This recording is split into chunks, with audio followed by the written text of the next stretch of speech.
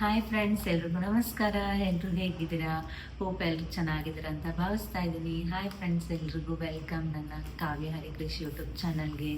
ಯಾರೆಲ್ಲ ನನ್ನ ಮೊದಲನೇ ಬಾರಿ ವಿಡಿಯೋ ನೋಡ್ತಿದ್ದೀರಾ ದಯವಿಟ್ಟು ಸಬ್ಸ್ಕ್ರೈಬ್ ಮಾಡ್ಕೊಂಡು ನೋಡಿ, ಹಾಗೆ ಬೆಲ್ಲೈಕನ್ ಕೂಡ ಪ್ರೆಸ್ ಮಾಡಿ, ಯಾಕಂದರೆ ಮುಂದೆ ಮಾಡುವಂಥ ವೀಡಿಯೋಸ್ಗಳು ನಿಮಗೆ ನೋಟಿಫಿಕೇಶನ್ ಪಟ್ ಅಂತ ಬರುತ್ತೆ.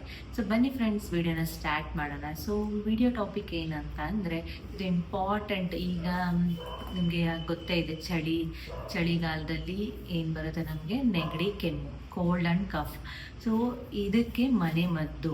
ಸೊ ನೀವು ಹಾಸ್ಪಿಟಲ್ಗೆ ಹೋಗ್ದಿರಾಗೆ ಯಾವ ಥರ ಮನೆಯಲ್ಲೇ ಈ ಒಂದು ಕೆಮ್ಮು ಮತ್ತು ನೆಗಡಿನ ವಾಸಿ ಮಾಡ್ಕೋಬೋದು ಅಂತ ನಾನು ಈ ಮೂಲಕ ಮನೆ ಮದ್ದು ಟಿಪ್ಸನ್ನು ನಾನು ನಿಮಗೆ ಕೊಡ್ತಾ ಇದ್ದೀನಿ. ಇದು ತುಂಬ ಉಪಯುಕ್ತವಾದಂಥ ವಿಷಯ ಆಗುತ್ತೆ ಫ್ರೆಂಡ್ಸ್. ಯಾರಿಗೆಲ್ಲ ಇದು ಉಪಯುಕ್ತ ಆಗುತ್ತೋ ಅವ್ರಿಗೆ ಶೇರ್ ಮಾಡಿ. ಹಾಗೆ ಈ ವಿಡಿಯೋ ಇಷ್ಟ ಆದರೆ ನಿಮಗೆ ಲೈಕ್ ಮಾಡಿ. ಹಾಗೆ ನಿಮಗೆ ಏನೇ ಕ್ವಶನ್ಸ್ ಇದ್ದರೂ, ಏನೇ ಕಮೆಂಟ್ ಮಾಡಬೇಕಂದ್ರೂ ಕಮೆಂಟ್ ಬಾಕ್ಸಲ್ಲಿ ಕಮೆಂಟ್ ಮಾಡಿ. ಸೊ ನಮಗೂ ನೆಕ್ಸ್ಟ್ ವಿಡಿಯೋ ಮಾಡೋದಕ್ಕೆ, ಇಂಪ್ರೂವ್ ಆಗೋದಕ್ಕೆ ಹೆಲ್ಪ್ ಆಗುತ್ತೆ. ಸೊ ಇದು ಬಂದು ಯಾವುದೇ ರೀತಿಯಾದಂತಹ ಅಂದರೆ ಓಕೆ, ನಾವು ಯೂಸ್ ಮಾಡಿ, ಅಂದರೆ ನಾವು ಮನೆಯಲ್ಲಿ ಮಾಡಿ ನಮಗೆ ವಾಸಿಯಾಗಿರೋಂತಹ ಮನೆ ಮದ್ದನ್ನು ಹೇಳ್ತಾ ಇರೋದು. ಸೊ ಇದರಿಂದ ಆಗತ್ತಂಥ ಸೈಡ್ ಎಫೆಕ್ಟ್ ಇಲ್ಲ, ನಮಗಂತೂ ಆಗಿಲ್ಲ. ಸೊ ನೋಡಿ, ನಿಮ್ಮ ಒಂದು ಬಾಡಿಗೆ ಸೆಟ್ ಆದರೆ ನೀವು ಟ್ರೈ ಮಾಡಿ, ಇಲ್ಲಾಂದರೆ ಟ್ರೈ ಮಾಡೋಕ್ಕೆ ಹೋಗಬೇಡಿ, ದಯವಿಟ್ಟು ನಾನು ರಿಕ್ವೆಸ್ಟ್ ಮಾಡ್ಕೋತೀನಿ.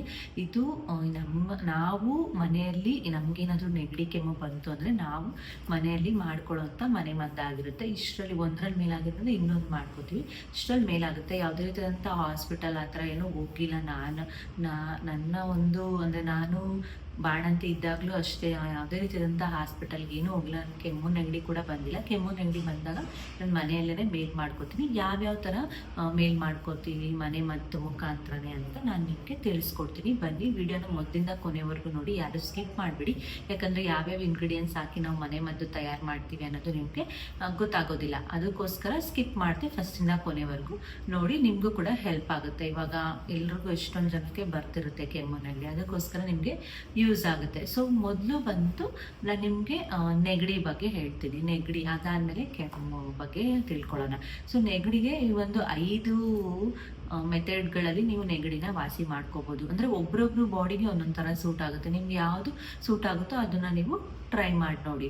ಸೊ ಮೊದಲಿಗೆ ನೀವು ನೈಟ್ ಮಲ್ಗೋಕ್ಕಿಂತ ಮುಂಚೆ, ನಿಮ್ಗೆ ಏನಾದರೂ ನೆಗಡಿ ಇತ್ತು ಅಂತಂದರೆ ನೈಟ್ ಮಲ್ಗೋಕ್ಕಿಂತ ಮುಂಚೆ ಒಂದು ಇಡಿಯಷ್ಟು ಕಡಲೆಪಪ್ಪು, ಈ ಒಂದು ಅಂಗೈ ಇರುತ್ತಲ್ಲ, ಅಂಗೈಯಲ್ಲಿ 1 ಇಡಿಯಷ್ಟು ಕಡಲೆಪಪ್ಪನ್ನು ತಿಂದು ನೀರು ಕುಡಿಬೇಡಿ.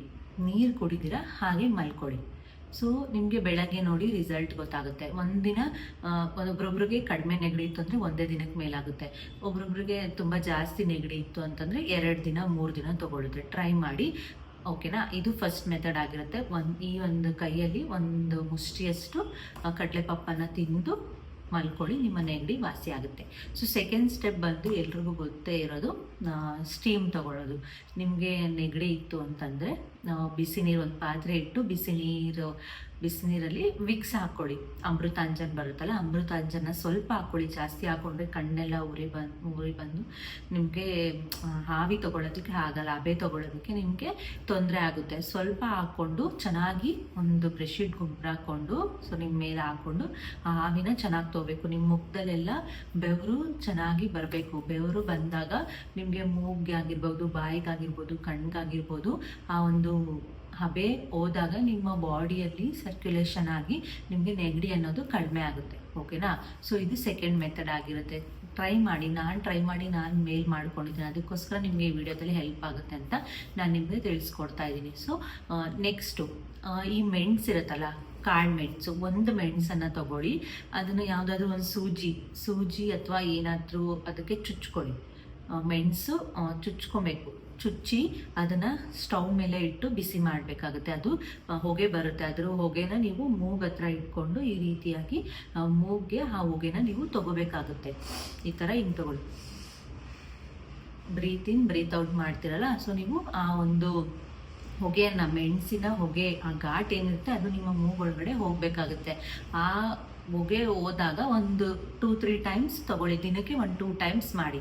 2 ಡೇಸ್ ಅಥವಾ 3 ಡೇಸ್ ಮಾಡಿ, ನಿಮ್ಮ ನೆಗಡಿ ಮೇಲಾಗೋಗುತ್ತೆ. ನೆಗಡಿ ಕೆಮ್ಮು ಬಂದರೆ 15 ಡೇಸ್ 1 ಮಂತ್ ಇರುತ್ತೆ ಅಂತ ಹೇಳ್ತಾರೆ.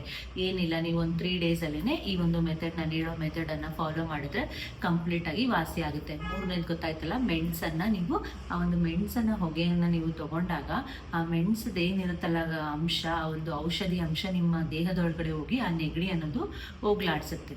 ಓಕೆನಾ? ಸೊ ನೆಕ್ಸ್ಟ್ ಬರೋಣ. ಸೊ ನೆಕ್ಸ್ಟ್ ಯಾವ ಒಂದು ಮೆಥಡ್ ಮುಖಾಂತರ ನಿಮಗೆ ಇದು ಮಾಡೋ ಅಂದರೆ ಇದು ಒಂದು ಕಷಾಯ ಮಾಡಿ ಕುಡಿಯೋದ್ರ ಮುಖಾಂತರ ನಿಮಗೆ ನೆಗಡಿ ಮೇಲಾಗುತ್ತೆ ಅಂತ ಹೇಳ್ಬೋದಾಗಿರುತ್ತೆ.